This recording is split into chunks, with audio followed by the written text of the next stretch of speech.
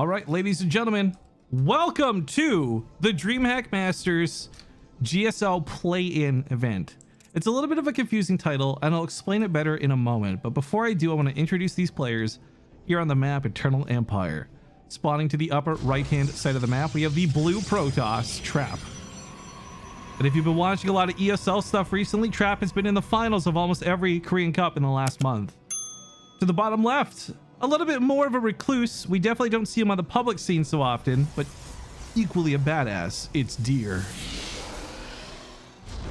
So there are 6 slots available for Korea to be involved with the first big DreamHack Masters event. This is all associated with the new ESL Pro tournament scene.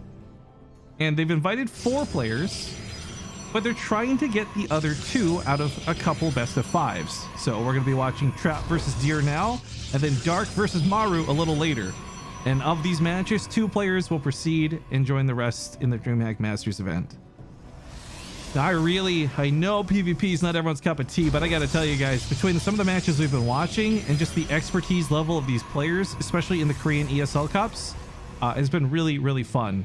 And of course, I was going to bring up the topic of Schrodinger's Pylon, but the reality is I don't expect Trap to be that tricky versus Deer. In fact, if anything, I'm more expecting Deer to place down that mysterious pylon in any of these games. And it's worth noting that, of course, the second pylon is going to be necessary soon. So they don't, they're just building them at home. Yeah. This is pretty big to how this plays out. I think not overplaying your hand in the first game of the series by doing a tricky pylon makes a lot of sense. This way your opponent's going to scout and may fall into a false sense of security. It's worth noting that Trap did place this pylon a little bit more off to the side. This is to try and deter Deer from scouting it. Deer will still see it with the pylon before leaving the base. This is really important. Oh, no way. This is really important because it lets them know that there's no proxy play out on the map. There's no pylon down here like leading into a starport or Stargate or anything like that. As I've already misspoken twice by now. But the pylon in the main base is cheeky and fun, and frankly, something you would only see out of somebody who was truly planning something. I don't think he did this as a YOLO move, just, putting it down for the whims of it. This is particularly a dead space in Trap's base that likely won't be revealed for a fair amount of time, especially when you consider the other pylons are up here. If Trap's going to build a Robo or a Twilight Council, they're going over here, not over here. And if Deer can at any point warp in like 2 Adepts and get past the wall and just go straight to the mineral line, he could really punish Trap. I don't think this is something you build as a sniper build, but I think it's really cool that he saw the opportunity and seized it. Trap, on the other hand, is moving across the map with his Adepts. Trap tends to be a guy who likes to throw Adepts away. I'll say that politely. I think for him, it's worth it to get a couple of kills to lose the Adepts. Personally, not on the fan train for it, but nice block out of Deer at the last second. Puts down the pylon to block these from moving forward, but they'll still collect a couple of kills. And it does look like the pylon was found out on the other side of the map, so as cool as the potential of this was, it is wasted.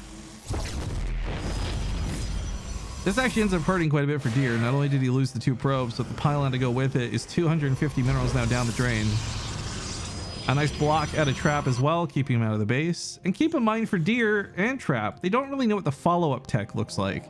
As far as Deer's concerned, that's a real Phoenix flying across the map and not just a hallucinated one. Whereas for Trap, he's going to get the scout that he hasn't had, and he'll see the fact that it's a Robo, and more importantly, I think a Forge. Hang on, more on that in a moment. As this Adept kind of squares off, it's going to lose the fight, so transferring away makes the most sense. There we go. 2 Stalkers need the Adepts in the middle of the field. Stalkers are pretty good for fighting too, but I don't think either player really wants to lose units right now. Not worth it, really.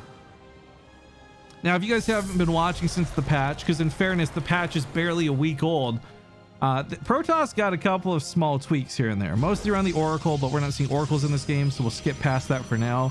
The really big one to point out is the shield battery overcharge ability. It is actually insane. If you haven't seen this in action, I can't begin to describe what it looks like, nearly half as good as just seeing it in play. But the TLDR is the Nexus now is a 3rd ability. It has a 1-minute cooldown, and for 14 seconds, you can make a shield battery basically God mode. The shield battery itself can still die, but anything it's shielding, it's not going to die. Not for those 14 seconds, it won't.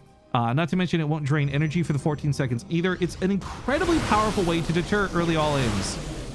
And like I said, we've been casting a lot of the Korean Cup where we've seen a lot of PvPs, and seriously game changing, like incredibly game changing for the early match. Doesn't seem to have much bearing on the later game though. So I don't think anybody's in real danger of dying. And in fact, I'm hesitant to say most early all-ins have probably fallen off in this matchup, but I don't think that would be too far-fetched of a statement to make because of this new ability, at least until people figure it out better. But it is, like I said, 1 minute cooldown. You can only use it in one location at once. So I think there's definitely ways to play around it. But I think it was Clem versus Parting I had been casting, and I just targeted the shield battery. The second it went into overcharge mode, just targeted the shield battery and knocked it out. So I mean, there's ways to deal with it still in conventional means. Deer though is going to be poking about. The hallucinated Phoenix has already seen what it wants to. Trap's actually going to barely circumvent this. These with the watchtower do catch the warp prism, the tail end of it. So he's going to move over yonder left, try to snipe off the warp prism. I say try because of course it's very fast, but it's managed to deter the attack and not let too much harassment happen here. Meanwhile, across the field, this observer's got some pretty good vision, and Deer sees Trap moving out, funneling his units out to the field. This is not too much different than, of course, what what Deer was setting up for with his own War Prism and Immortals, which are way up here. This is such a deadly combination from micro and unit type, as these Immortals can do some significant damage in a very short amount of time. Same to be said here, but the catch, oh no, he's rallied in. Takes a lot of damage on that War Prism. Very scary right now. Immortals in the main base do land. Unfortunately, berries are popped on both sides of this. There's no shield battery in sight, so he has to walk the Immortal back. The downside to that, of course, is the Immortal doesn't have a projectile, so it's the only thing that can really connect with the other Immortals outside of like the Zealot. So you're gonna see a lot of protective juggling here as they keep these units alive. But I mean, if left unchecked and unfettered, you can unpower an entire production system. Oh my god, that's actually a huge snipe. That not only supply blocks Deer, it stalls out his +2. It stalls out another Immortal, a very precious other Immortal. Oh, that's rough. That's very rough there for Deer. Is he gonna lose the game because of this one move? Oh hell no! But that was a nice catch out of Trap, who himself is about to lose a pylon. But I mean, or not. Hey, I got nothing for that one, guys. Well, the pylon lives. It's not a big deal. Recall goes into play. He's now scouted the big push coming out of Trap, which of course was coming down the south side. When it comes down to it though, it's +2 weapons for Trap. He's got an army supply lead. I think he's got better types of units. But Deer does have the option of an overcharge once that shield battery finishes up. And again, it is insane how big of a deal that is. Oh, I love the hallucinations. Any damage they soak is going to be worth it. Every shot that goes into one of these fake Immortals is wasted. The Zealot line breaks pretty quickly though, and Trap starts stuttering back. Very happy to see that his Immortals, his fake ones, the fake Archons, have been the things getting targeted down so far. So those hallucinations have really paid off. He still maintains about a 20 army supply lead. Deer has yet, he's run out of the shield battery overcharge. About 37 seconds left before he can pop it again. So units are starting to go down. Units are starting to die. The Immortals are not being picked up quick enough, and the GG seals the deal. Trap takes game number 1. But welcome back to game number 2. The map destination is Death Aura. And let's hope it's not a prophecy for this fella who's down 1 game in this best of 5. We have the red Protoss, Deer. His opponent to the upper left-hand side of the field is the blue Protoss, Trap. Trap's looking pretty solid in general. I expect him, I frankly, if I'm just being honest, I expect him to take this series. I would be very happy for Deer to show me wrong, but yeah, Death Aura is a bit of a funky map. While we keep an eye on the production tab and where the probe locations are, I'll quickly walk you guys through that we have 1, 2, and 3 of these new speed auras. In the past, it's all been about the slow auras. Now it's about the speed auras. So these will boost units up that walk through them. Meanwhile, on the outskirts, you've got these rocks. So the funny thing is, if you just auto rally from down here to up there, or vice versa, your unit will go through all 3 of the slow zones, or excuse me, speed zones to get to the other side of the field. You can take some other paths too that go a little bit more on the outside, but this map to me just looks like it'd be the perfect place to put down some of those Schrodinger pylons. However, in game 1, I said I don't expect Trap to do it hardly in this series, and I stand by that statement. For me, the wild card is Deer. Especially being down one of the series, what's his game plan to change things up? Because for Trap, I feel when you're winning, it's a simple matter. If it's not broken, don't fix it. I don't think he needs to start adjusting and changing a whole lot of stuff. But if we go for a 2-0 here and we go to game 3, we may see Trap change it up just to try and finish things off with a bit of a risky all-in. That's getting a bit ahead of ourselves though. So Deer gets in here with the scout. Death Aura does have a fairly large main, so he dips into the back to confirm the pylon placement once more. Back on his side of the field, he's also kept a second pylon at home, but I'm really curious what his game plan is. This is a weird map, and I can't say a Stargate opener on this one is as safe or as good as usual. It really depends on the players playing, but Stargate seems to be pretty preferable because you're going to get scouting, you're going to get a little bit of map control out of it, and in fact, it is going to be a Stargate coming here in the bottom left. We still don't have confirmation on what Deer's up to next, but they've both done a really good job of actually denying scouting. So if we check Deer's vision, I don't think he really got to the main. Never confirmed the Stargate. Unfortunate. Is it in the end world? No. Just unfortunate. He'll be playing a little bit blind coming into this. What makes it worse is because he's investing in adepts, and he is investing in more adepts. Oh, he's gonna get caught here maybe. This is actually a really great situation for Trap to find these. But because he's investing in adepts, he might not actually have anything that shoots up against the Oracle that's coming. And what's gonna make that super awkward and weird is of course the fact that there's gonna be a shield battery. This can slow down how much damage one Oracle can do. But if Trap is a 2 Oracle kind of guy, he'll just wait and zap, zap, zap.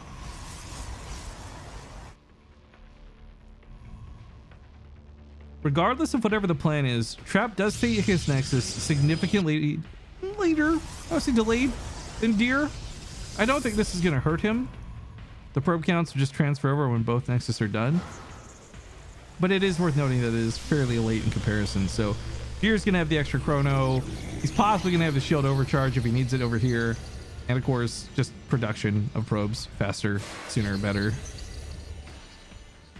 The only thing that's kept me from saying this looks too all in at a Trap is the fact that he has still been producing probes. He's trying to get these oversaturated so he has enough to transfer down to the natural once it's completed on his side.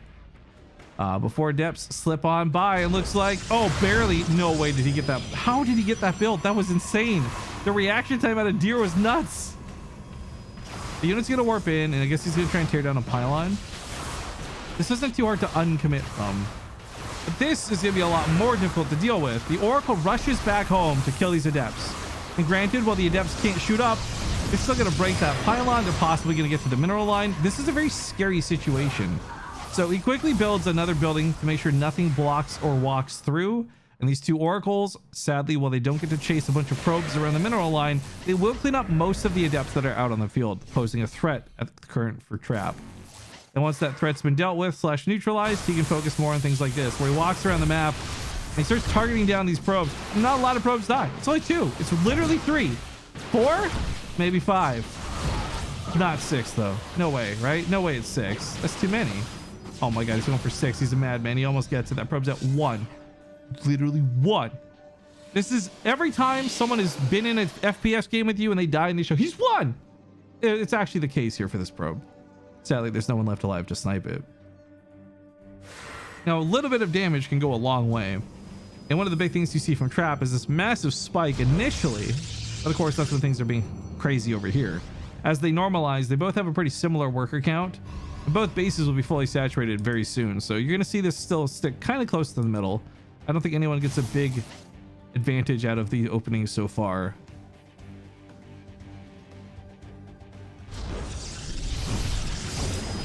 Alright, grabbing a couple more probes though. Potentially killing a lot more probes though. The adepts have just been kind of left on shift cube from what I can tell, but the Oracles dip in and grab another 6 or so. So that's 12 workers dead on top of the already existing 7 that were before. This starts adding up real quick. And Deer, who's now down by nearly 10 workers, won't be able to play this out for a macro game at this pace. In fact, his best bet really is to go across the map right now with whatever he has and try and retaliate some of this damage, because if he sits at home with 40 versus 28 workers, there's no way he's going to keep up in the late game. There's just simply no chance to play macro versus trap with the damage that's happened, so he has to go all in, and he has to go for this massive counterattack. But unfortunate for him, the timings here just really don't work out, and there's not like a couple of immortals or archons, no clutch secret weapon. It just comes down to raw gateway units. And frankly, that's where I think Trap's Immortal's a bit of a clutch here. Putting down some pylons, not even shield batteries. That's confidence right there.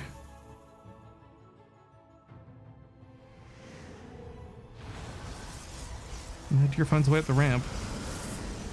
I guess I was thinking at some point shield batteries would come down, but it feels like a little too late. Maybe. This is a very long soft contained game to discuss, but I don't think we're going to get there. The Phoenix comes back home to try and chip away the Warp Prism. While this passively happens, though, the Immortals on the ground fight versus the Stalkers on the ground. And while Immortals are just better, you know it, I know it. Deer's the only one who didn't know it, and he's suffering the consequences for it. But getting that Warp Prism stops any chance of these units running away and juggling. More to the point, this Warp Prism now pursues the middle of the map. Oh, that lift up on the... Oh, that was so smooth! Trap is so good! But he's going to juggle these Immortals over, and even if the Warp Prism is getting shot at, frankly, the Immortal damage is going to be a little bit too much anyways. He almost saved the Warp Prism, by the way. That's very, very close. But 16 army supply. No shield batteries to rely on for this. If he had shield batteries up, without a doubt, battery overcharge might just come in for the clutch. But he's not letting those finish up. Trap actually targets down the almost finished shield battery to deny this entirely. GG gets called. Trap now leads 2-0 in the series. The map destination, Everdream. And the players spawning in the bottom left. He's up 2-0 right now. It's Trap. To the top right. Trying not to get completely washed out here. With no points on the board, he is now on his last life. It's match point for Deer. Now, for those who have heard me casually throw around the phrase Schrodinger's pylon, I'm still not convinced that Trap will do this, but I feel like if there was a game in this series to do this, it's game 3 when you're up 2-0. And Schrodinger's pylon is what we refer to as that pylon that goes out on the map. You know, it's usually hidden down here, but it doesn't actually come with a starport or a robo intended to be attached to it. It's just meant to mess with the scouting of your opponent. And the reason I was saying it for this game is I don't even think it'd be a proxy play. I think for Trap to do this would be the sickest move to mind dominate his opponent. Because if he puts out a fake pylon in the middle of the map, he won't get supply blocked. He'll be able to macro like normal. And Deer's going to come over here with his probe and scout that there's no pylon in the main base for the first time in 3 games. And he may think, oh, he's just trying to cheese me to finish me off. Well, Trap is sending that probe out, but I don't know what the intention for pylons are. I really, truly believe hiding one is the strongest move he can make for this early game poke. But Deer's actually setting up for what could be his own. We'll see if the probe lingers. This looks like a location I would use for a Stargate, for example. And he's going to do it. Oh my God. It feels good when you're right, you know? So the reason we call this Schrodinger's pylon is, of course, you don't know if it's a proxy or not until you've measured it and seen the results, until you've scouted it to see what's going on. Deer sets up this pylon, and the probe lingers around a little bit to see if he's in the clear. He may still throw down a robo. I want to say robo over Stargate, but this is more for a Stargate location. It is a robo. Okay, nice. But there's no... So this is where things get really interesting, and this is where we get into some deep metagaming for StarCraft 2. Trap now heads across the field, and he hits the main base at an appropriate time, and he scouts and he sees there's no completed second pylon. Immediately he's going to be aware there's something out on the map, but not knowing what, he has to kind of guess. And the big part of this guess is the fact that Deer's own probe has still not made it across the field. Any probe that was actually scouting for the sake of scouting would have popped in by now. And while there's no actual base or building over here to be scouted, Deer won't get any scouting information at all. Or will he? He shouldn't. That was a big oversight out of Trap. It doesn't seem like a big deal, but this deny is huge. Because remember, Deer has no clue if there's a Nexus.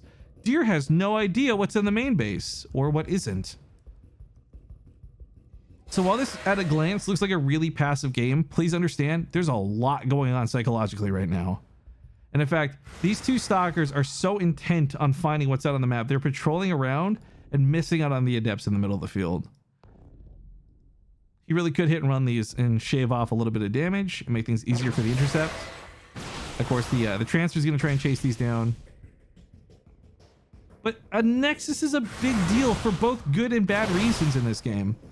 As Trap continues to walk over here and focus down stalkers, he doesn't have 400 minerals to defend with because he's invested it in this Nexus. So that's a couple of shield batteries. That's his own immortal. His production is relatively low right now.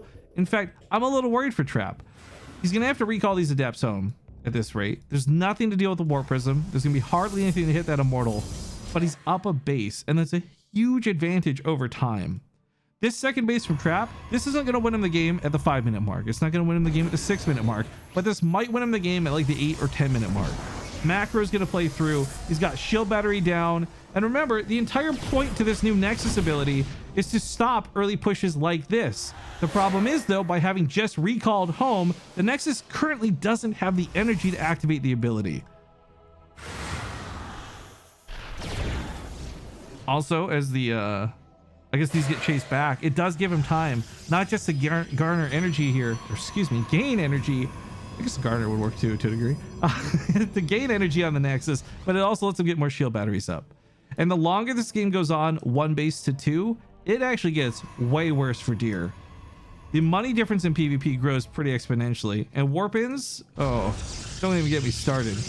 Because it's a Terran player, all I can do is complain about the production of protons. So rather, what is it? My mama always said, if you don't have something nice to say, don't say nothing at all. So we won't. But what I will highlight, though, is that this is a really good defensive setup for Trap, and Deer's only option is to attack. There is no alternate option here. There is no take a Nexus and recover. It is straight up all in.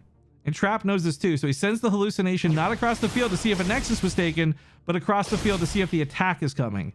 And I don't know what this stutter is. I hope the players aren't feeling it. I'm hoping this is just a like an observer side thing.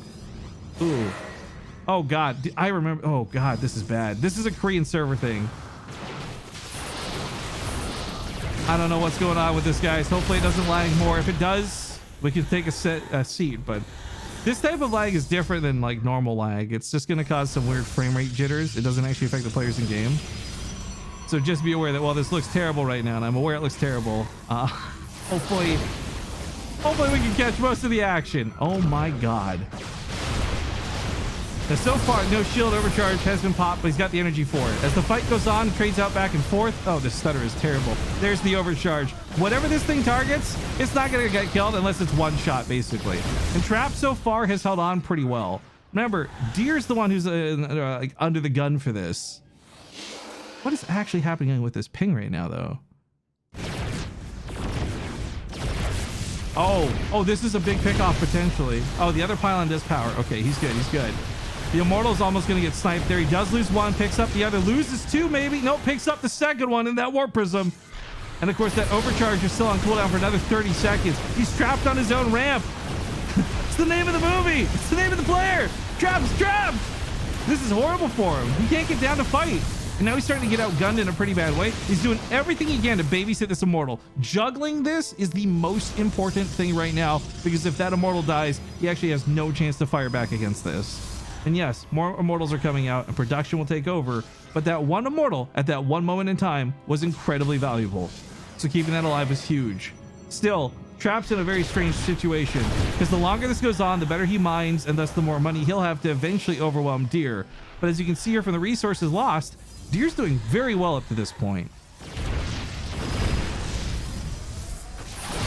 The cheeky Warp Prism play can only go so far. This bought a lot of time. The shield battery overcharge is back up and running, and as you can see, when it's healing, things don't die, but it's gonna run out of energy here very soon. And I don't think he's done enough to break Deer's assault just yet. These Immortals, though, are being juggled like such perfection. 1 kill, 3 kills, not big kills, but enough kills. And he starts driving Deer back. He's got to be careful, though. He's getting really, really anxious about like throwing down these Immortals. And when he does, he gets a shot off, but he also might lose his. I think at this point, it's a pretty secure hold. And with this, we might just be done with the series. Quick Quick and easy, 3-0. GG. Ladies and gentlemen, Trap takes the series. So clean.